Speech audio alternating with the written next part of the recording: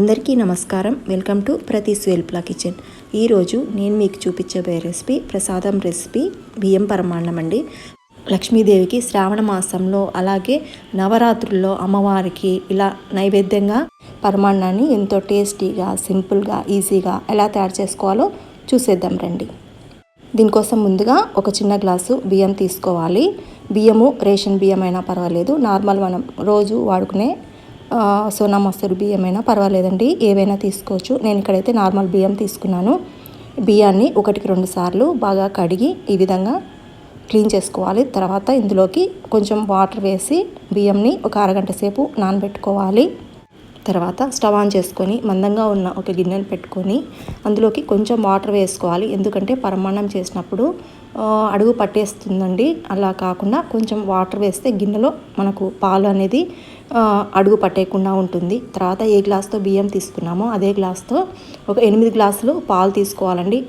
అచ్చంగా పాలే కాకుండా పాలు నీళ్ళు ఒక 4 గ్లాసులు పాలు 4 గ్లాసుల నీళ్ళు, ఇలా మన దగ్గర ఉన్న పాలను బట్టి మనము ఈ విధంగా చేసుకోవచ్చు. నేనైతే ఉట్టి పాలతోనే చూపిస్తున్నానండి. 8 గ్లాసులు పాలు తీసుకున్న తర్వాత పాలు బాగా మరిగేంత వరకు మరిగించుకోవాలి.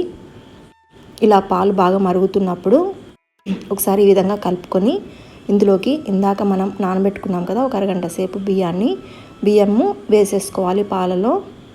ఉట్టి పాలతో చేస్తే బాగుంటుందండి, దేవుడికి నైవేద్యంగా పెడతాం కాబట్టి ఒక 1/2 లీటర్ పాలు పడతాయి, మనకి ఎక్కువ కూడా పట్టవు. తర్వాత బియ్యం వేసిన తర్వాత మనము సిమ్లో పెట్టేసి ఈ బియ్యంని అన్నం మెత్తగా అయిపోయేంత వరకు ఉడికించుకోవాలండి. మీడియం ఫ్లేమ్లో కూడా ఉడికించుకోవచ్చు. మీడియం ఫ్లేమ్లో పెడితే పాలన్నీ పొంగిపోతాయండి. కాబట్టి సిమ్లో పెట్టేసి అలా వదిలేసామంటే మనకు మధ్య మధ్యలో కలుపుకుంటూ ఉంటే ఒక 10-15 నిమిషాల కల్లా అన్నము ఉడికిపోతుంది. చూడండి, ఇప్పుడు అన్నం ఇంకా ఉడకలేదు. ఈ విధంగా ఒక అన్నం గింజను తీసుకొని చూస్తే ఇలా మెత్తగా చిదిగిపోవాలండి. అంతవరకు మెత్తగా ఉడికించుకోవాలి. మనం ఇలా మూత పెట్టేసి కొంచెం ఇలా వారగా పెట్టామంటే పాలు అనేటివి పొంగిపోకుండా ఉంటాయండి. చూడండి, ఇప్పుడు పాలు మొత్తం అన్నీ ఎగిరిపోయాయి. అన్నం ఒకసారి మెత్తగా అయిందో లేదో చూసుకుందాము.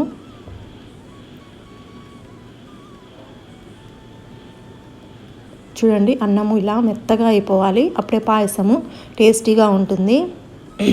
తర్వాత స్పూన్తో ఒక 2-3 సార్లు ఇలా మ్యాష్ చేసినట్లుగా అనుకుంటే అన్నం అనేది కొంచెము మెత్తపడుతుందండి, బాగా సాఫ్ట్గా అవుతుంది.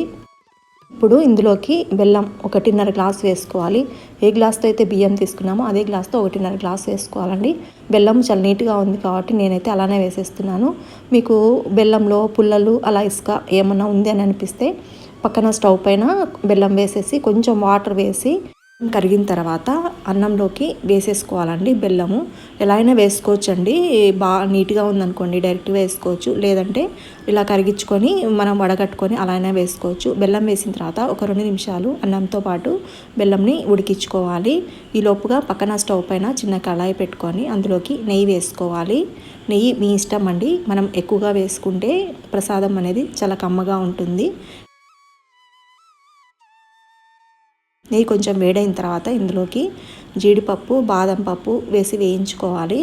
కిస్మిస్ ఆఖరిలో వేసుకోవాలండి. ముందే వేసుకుంటే కిస్మిస్ త్వరగా వేగిపోతాయి కాబట్టి మాడిపోతాయి జీడిపప్పు వేగే లోపల. కాబట్టి జీడిపప్పు బాదం పప్పు వేగిన తర్వాత అప్పుడు కిస్మిస్ వేసుకోవాలి.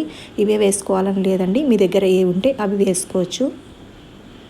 ఈ విధంగా మంచి కలర్ వచ్చేంత వరకు వేయించుకున్న తర్వాత ఇందాక మనం ఉడికించుకున్నాం కదండి, అందులోకి ఈ జీడిపప్పు కిస్మిస్ అన్నీ వేసేసుకోవాలి.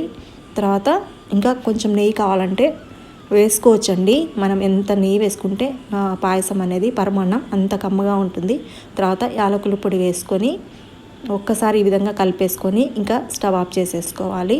ఈ విధంగా చేసుకుంటే పాయసము మనకు చల్లబడిన తర్వాత కూడా ఇదే విధంగా ఉంటుందండి, గట్టిగా అవ్వదు. సో నేను చల్లగా ఒక అరగంట తర్వాత కూడా నేను మీకు చూపిస్తానండి. ఇలానే ఉంటుంది, గట్టి పడకుండా. ఇలా చేసి చూడండి, చాలా టేస్టీగా ఉంటుంది. నోట్లో వేసుకుంటూనే కమ్మగా కరిగిపోతుంది. అరగంట తర్వాత ఇలానే ఉంటుందండి, గట్టి పడకుండా. బియ్యం పరమాన్నం చాలా టేస్టీగా సింపుల్గా ఈజీగా ఎలా తయారు చేసుకోవాలో చూపించాను కదండి. మీరు కూడా ట్రై చేయండి. మీకు ఎలా కుదిరిందో నాకు కామెంట్లో చెప్పడం మర్చిపోకండి. అలాగే మీరు ఈ వీడియో నచ్చితే ఒక లైక్ చేసి మీ ఫ్రెండ్స్తో రిలేటివ్స్తో ఈ వీడియో నచ్చితే షేర్ చేయండి. మీరు నా ఛానల్ని ఇంకా సబ్స్క్రైబ్ చేసుకోకపోతే ప్లీజ్ సబ్స్క్రైబ్ చేసి నా ఛానల్ని సపోర్ట్ చేయండి. థ్యాంక్ యూ ఫర్ వాచింగ్ అండి. Thank you.